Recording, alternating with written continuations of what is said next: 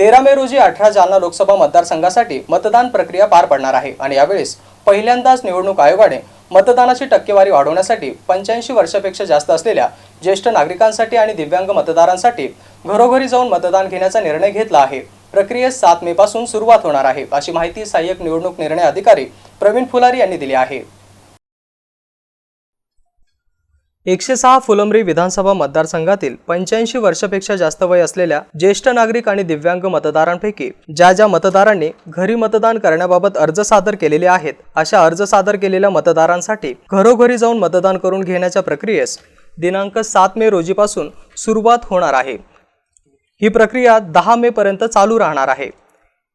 यांचे मतदान सकाळी 9 ते सायंकाळी 5 वाजेपर्यंत घरोघरी जाऊन घेण्यात येणार आहे, अशी माहिती सहाय्यक निवडणूक निर्णय अधिकारी प्रवीण फुलारी यांनी दिली। यासाठी अतिरिक्त सहाय्यक निवडणूक निर्णय अधिकारी कृष्णा कानगुले यांचे मार्गदर्शन लाभले। दिनांक 7 मे रोजी सकाळी 9 ते 5 या दरम्यान होम वोटिंगसाठी मतदान अधिकारी यांचे पथक पुढील गावांमध्ये जाणार आहे। ममनाबाद, बोदेगाव खुर्द, बोदेगाव बुद्रुक, बाबरा शेवता खुर्द, बोरगाव अर्ज, पेंडगाव, साताळा बुद्रुक, उमरावती, आळंद, मुर्शिदाबादवाडी, सांजुळ, गणोरी, कान्होरी, पाल, कबीडखेडा, वडोद खुर्द, भावडी, लाडगाव, करमाड, गाडे, जळगाव, शेकटा, डोंगरगाव, कवाड, पिंपळगाव, गांगदेव, आडगाव खुर्द, अंजनडोह, हातमाळी, शेलूद, लाडसावंगी, कोनेवाडी। दिनांक 8 मे रोजी मतदान अधिकारी यांचे पथक करंजगाव, शेगाव, दुधड, बनगाव, जयपूर, गोलटगाव, बिकापूर, पिसादेवी, पळशी, बकापूर, धामणगाव, वाघोळा, वडोद बाजार, फुलंब्री, पानवाडी, रेलगाव, पिंपळगाव, वळण,